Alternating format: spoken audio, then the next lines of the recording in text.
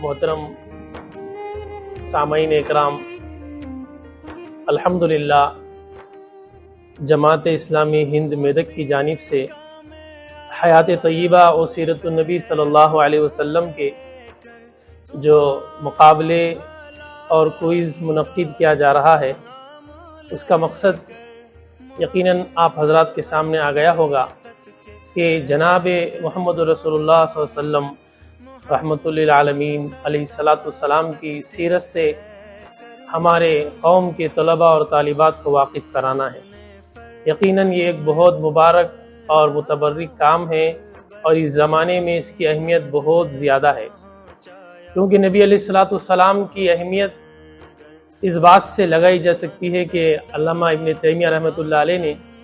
لکھا ہے کہ امت کو نبی علیہ الصلاۃ والسلام کی پہچان کی، معرفت کی اتنی ہی ضرورت ہے جیسے کہ جسم کو روح کی ضرورت ہے۔ اگر روح نہ ہو تو جسم مردار ہو جاتا ہے۔ اگر قوم میں، امت میں، مسلمانوں میں، ان کے بچوں میں نبی علیہ الصلاۃ والسلام کی پہچان اور معرفت نہ ہو تو وہ قوم بھی مردہ ہو جاتی ہے۔ اور یقیناً نبی علیہ الصلاۃ والسلام ہی وہ ذات گرامی اور بابرکت ذات ہے جس سے ہم نے اللہ کو پہچانا کہ خدا کون ہے، جنہوں نے ہمیں بتایا کہ جو ہے جنت کیسی ہے اور دوزخ کا عذاب کتنا ہولناک ہے، جس سے ہم کو اور ہمارے اہل و عیال کو بچانا ہے۔ اس لیے نبی علیہ الصلاۃ والسلام سے واقف ہونا، آپ کی معرفت حاصل کرنا اور مسلمان کے لیے ضروری ہے، بلکہ یہ کہا جائے تو کوئی مبالغہ نہیں ہے کہ نبی علیہ الصلاۃ والسلام کو پہچان کر ہی ہم خدا تعالیٰ کی ذات کو پہچان سکتے ہیں اور اس کی رضا والی زندگی گزار سکتے ہیں۔ اس ضمن میں جو پروگرام جماعت اسلامی ہند میدک نے طے کیے ہیں، طلباء اور طالبات میں تقریری، تحریری، کوئز اور نعتیہ